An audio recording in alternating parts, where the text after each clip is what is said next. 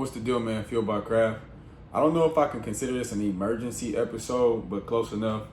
Just a few hours ago, multiple-time All-Star and face of the Atlanta Hawks over the last 8 seasons, Trae Young, was just traded to the Washington Wizards for Corey Kispert and CJ McCollum.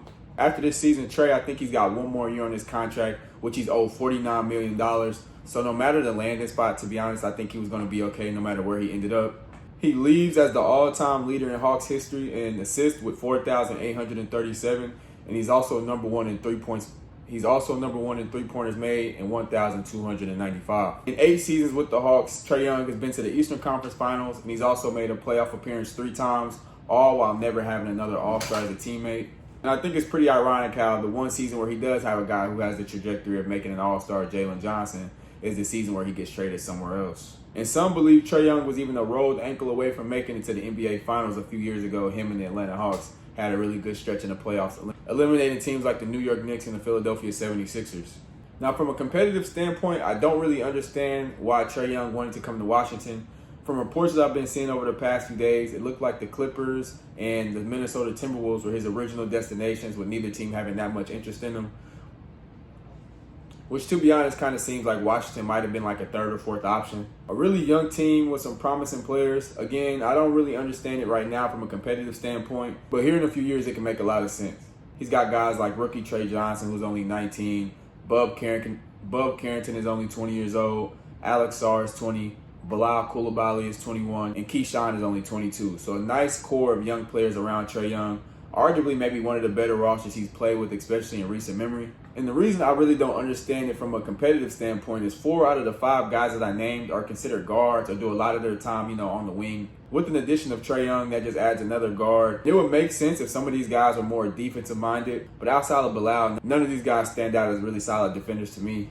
Now, while adding a guy like Trae Young improves a Washington Wizards team tremendously, I still don't think it puts him in the conversations with the better teams in the East, like Boston. I don't see them competing with teams like New York, Detroit, Cleveland, and even the Pacers next year.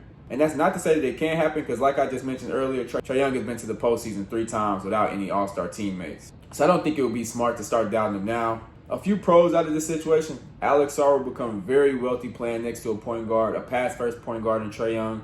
Then pick and roll is going to go crazy. And fortunately for Alex Sarr, he's been working on the outside ball in the mid-range game, so they can get pretty creative in that pick and roll situation.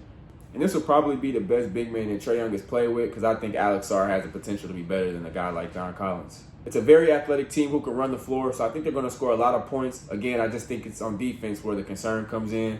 Trae Young is going to bring that point guard energy that DC hasn't had in a while. Think Gilbert Arenas, John Wall. The exciting point guard magic is back in Washington with an all-star like Trae Young.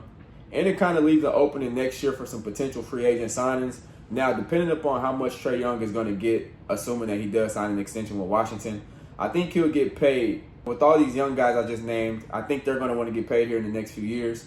So I'm not too sure how big of a free agent signing they can sign. But in the moment, for the next 2 or 3 years where you don't have to sign those guys, I think it'll be the best time to sign a potential big-name free agent before you got to pay all these guys. While it might not make that much sense to me right now, Washington has shown that their front office has improved. From Bradley Beal having that terrible contract, they flipped that to Chris Paul. They then flipped that to Jordan Poole. They then flipped that to CJ McCollum. And now they have point guard Trae Young. So you flip a bad contract from a guy like Bradley Beal, who was barely playing, to an all-star caliber like Trae Young, who's in his prime. I'm not too sure about his health status. I know he's been in and out the rotation a lot this season. Hopefully he can get healthy and make a push at the playoffs the second half of the season with this young Washington Wizards team. Let me know your thoughts about the Trae Young trade. You think it's a good trade, bad trade, or even who won the trade? Appreciate you guys for watching. It's Feel by Craft.